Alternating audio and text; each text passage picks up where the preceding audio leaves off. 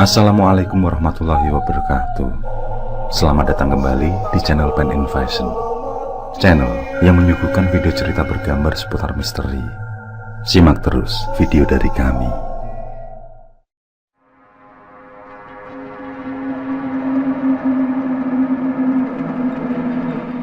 Indonesia memang terkenal akan sejarahnya, apalagi saat dijajah oleh beberapa negara maju seperti Belanda dan Jepang. Penjajahan yang terjadi hingga 3,5 abad ini tidak hanya menyisakan sejarah perjuangan pahlawan saja, namun juga dengan bangunan-bangunannya. Salah satunya adalah terowongan kereta api.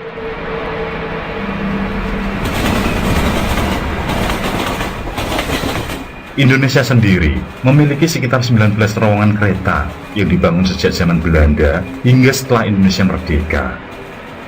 Terowongan-terowongan ini dibangun dengan menembus bukit untuk memberikan akses jalan pada kereta yang dulu mulai dikembangkan oleh para penjajah Belanda. Dalam proses pembangunannya, banyak penduduk Indonesia yang dijadikan pekerja paksa meninggal dunia, hingga akhirnya dikubur di sekitar terowongan atau dibuang begitu saja.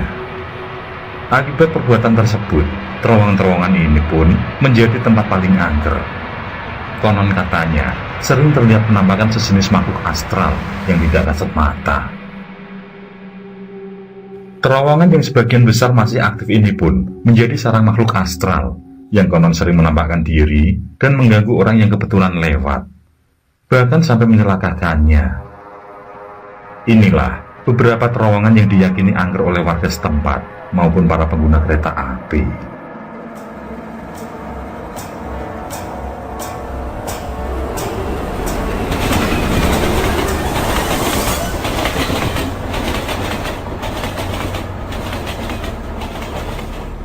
Yang pertama, terowongan Seram Lambegan.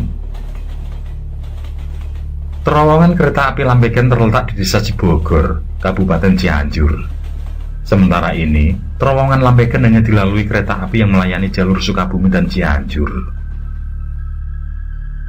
Terowongan Lambegan yang dibangun mulai tahun 1879 sampai 1882 ini merupakan terowongan kereta api tertua di Indonesia.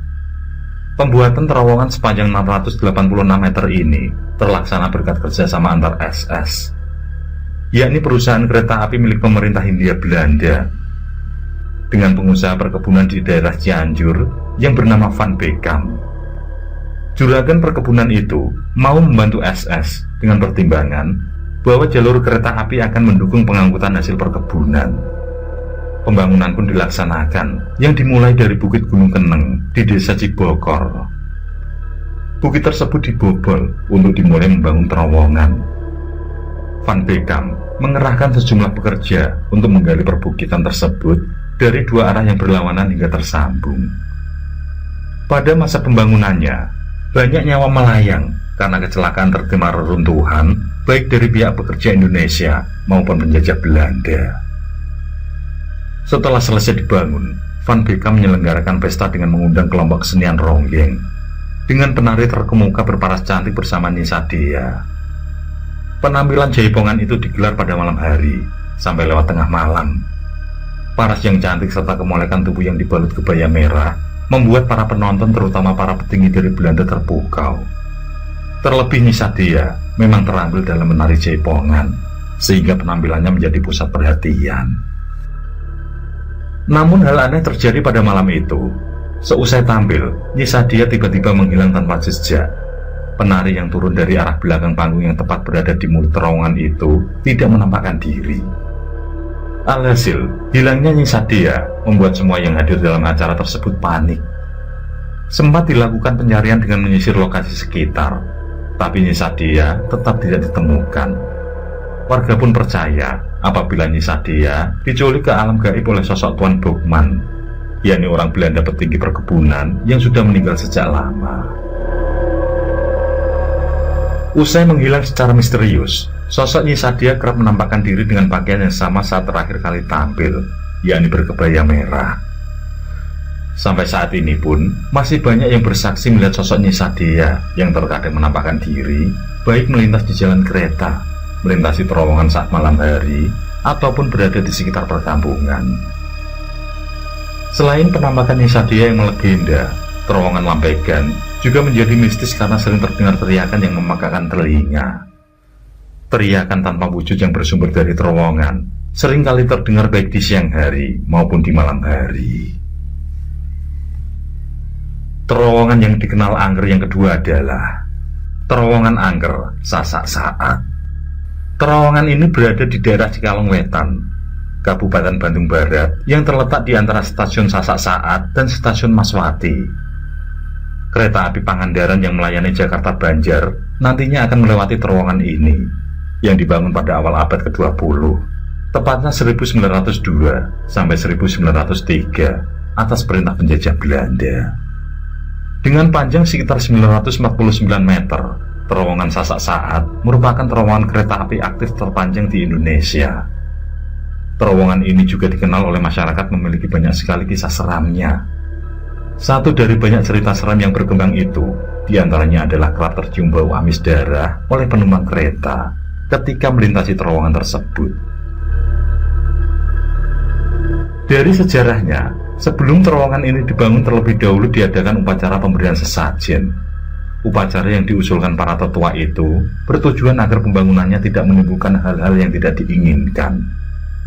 Masyarakat sekitar masih percaya bahwa tempat-tempat yang mereka anggap angker ada yang menguasainya.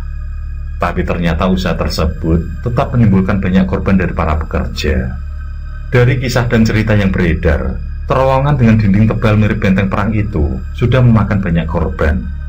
Tapi bukan karena kecelakaan kereta, melainkan korban dari para pekerja yang membangun terowongan itu antara tahun 1902 sampai 1903. Banyak para pekerja yang tewas karena tidak tahan siksaan kerja rodi, dan banyak pula yang sakit secara mendadak. Konon, jenazah mereka dikuburkan di sekitar terowongan tersebut. Selain banyaknya korban para pekerja yang dikuburkan di sana, juga ada kisah kereta berisi pasukan Belanda yang diserang pejuang Indonesia, dan semua pasukan Belanda itu pun tewas. Pejuang Indonesia menjebak bala tentara Belanda di dalam terowongan, karena tembok beton terowongan itu tidak bisa dihancurkan oleh bom. Sampai saat ini, menurut cerita dari warga sekitar terowongan itu, pernah sesekali terdengar seperti orang merintih kesakitan. Suara erangan itu terdengar saling menyusul. Kadangkala juga terdengar suara ledakan yang mengagetkan. Tapi tidak ada sesuatu pun yang hancur. Selain itu, warga juga bersaksi jika terkadang ada suara seperti benturan cangkul ke batu dan tanah. Suara-suara tanpa wujud itu bukan hanya terjadi pada malam hari, tapi juga di siang hari.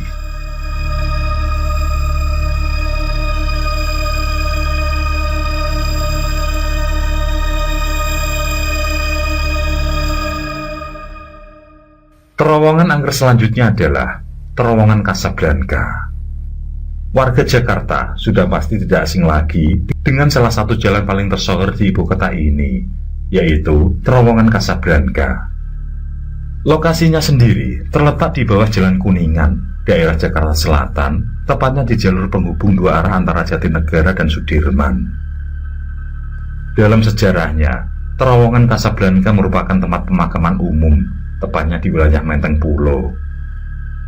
Karena berada di area strategis yang masuk dalam rencana pembangunan pemerintahan DKI Jakarta, kuburan massal di area tersebut akhirnya dipindahkan ke lokasi lain. Meskipun mendapat penolakan dan peringatan dari tokoh masyarakat setempat, pemindahan tersebut tetap dijalankan untuk menyediakan lahan pembangunan jalan raya. Dalam pemindahan pemakaman tersebut, konon ada satu jenazah yang masih utuh dan belum sempat dipindahkan hingga akhirnya tertimbun konstruksi. Dikisahkan, sebelum terowongan Casablanca dan bahkan TPU dibangun, ada kisah pilu yang terjadi di lokasi ini. Seorang gadis cantik yang merupakan kembang desa setempat menjadi korban perkosaan beramai-ramai oleh sekelompok pemuda. Gadis malang itu dipeguk dan disetubuhi secara bergantian oleh para pemuda sampai tewas. Lalu tubuhnya pun diseret dan dibuang begitu saja di lokasi yang akhirnya menjadi terowongan kini. Rasa sakit yang dibawanya mati akhirnya membalas dendam pada para pembunuh dan membuat rohnya menjelma menjadi penunggu di terowongan Casablanca. Ada yang percaya jika sosok gadis ini berubah menjadi sosok nenek tua pembawa maut. Bukan rahasia umum lagi kalau banyak sekali peristiwa kecelakaan maut yang terjadi di terowongan Casablanca. Para korban kecelakaan tersebut menuturkan sempat melihat sosok nenek tua di tengah jalan saat sedang menyetir, sehingga membiarkan konsentrasi hingga kecelakaan maut pun terjadi. Cerita yang berkembang dari mulut ke mulut antara para warga ibu kota tersebut memunculkan kebiasaan baru yang dilakukan pengendara yang lewat terowongan untuk menghormati para penghuni dan arwah yang bergentayangan. Kendaraan disarankan membunyikan klakson sebanyak 3 kali.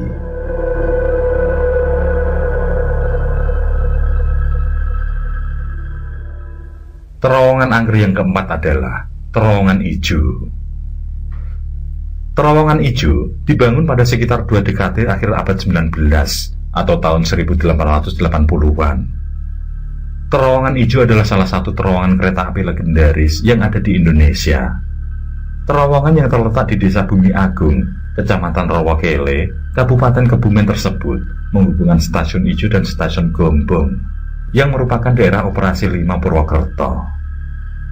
Terowongan yang memiliki panjang 850 meter tersebut dibangun pada tahun 1885 sampai 1886 oleh perusahaan kereta api negara Pt Spoorwegen. Konon, pembangunan terowongan ijo dilakukan oleh pekerja paksa zaman kolonial. Tidak sedikit para pekerja yang akhirnya tewas dalam rel tersebut. Salah satu kejadian mistis yang sering terjadi di terowongan ijo adalah penampakan keranda terbang. Masyarakat Jawa sering menyebutnya dengan lampor. Tidak sedikit para masinis yang mengaku melihat penampakan lampor saat melintas terowongan tersebut. Versinya pun cukup beragam. Ada yang melihat keranda tergeletak di tengah rel, ada pula yang melihat sosok yang mengangkat keranda di tengah rel, dan juga ada yang melihat penampakan keranda yang terbang begitu saja melewati bagian depan kereta. Kabarnya, terowongan yang membelah Gunung Malang ini akan dinonaktifkan seiring dengan berlakunya sistem rel jalur ganda atau double track. Meski begitu, bangunan terowongan ijo tetap akan dipertahankan.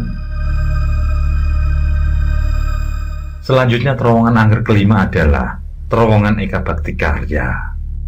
Di Jawa Timur, terdapat terowongan kereta api terpanjang kedua di Indonesia yang masih aktif dan konon angker, yakni terowongan Eka Bakti Karya. Letak tepatnya sendiri berada di daerah Pongaji, Malang. Terowongan Eka Bakti Karya dan Dwi Bakti Karya selanjutnya disebut sebagai terowongan Karangkates. Terowongan ini berlokasi di Karangkates, Sumber Pucung, Kabupaten Malang. Selanjutnya disebut sebagai terowongan Karangkates karena terowongan ini dibangun bersama Waduk Insinyur Sutami atau Waduk Karangkates tahun 1969. Lokasi pembangunan terowongannya berada di dinding Waduk Karangkates. Terowongan Karangkates sejatinya merupakan terowongan kembar, sebab ada 2 terowongan dalam satu jalur, yakni terowongan Eka Bakti Karya atau terowongan Karangkates 1 sepanjang 850 meter dan terowongan Dwi Bakti Karya atau terowongan Karangkates 2 sepanjang 400 meter. Terowongan Eka Bakti Karya juga menjadi terowongan kereta api terpanjang kedua di Indonesia, hanya 1 tingkat di bawah terowongan Sasak Saat di Kabupaten Bandung. Terowongan Karangkates menjadi salah satu terowongan yang dibuat oleh para insinyur Indonesia setelah Indonesia merdeka. Konon, terowongan itu dibuat karena jalur kereta api sebelumnya digusur karena pembangunan bendungan Karangkates. Kisah mistis yang menjadi perbincangan dari terowongan ini adalah orang-orang yang melintas di sana sering mendengar jeritan yang memegahkan telinga. Di samping itu, kawasan terowongan ini juga dikenal warga sekitar sebagai tempat bunuh diri. Cara yang sering dilakukan adalah dengan terjun dari atas bangunan dan menabrakkan diri pada kereta yang sedang melintas. Masyarakat sekitar Ponggaji percaya jika terowongan ini dihuni oleh makhluk yang suka meminta tumbal. Seseorang akan merasa terpanggil jika sudah dijadikan sasaran penghuni terowongan.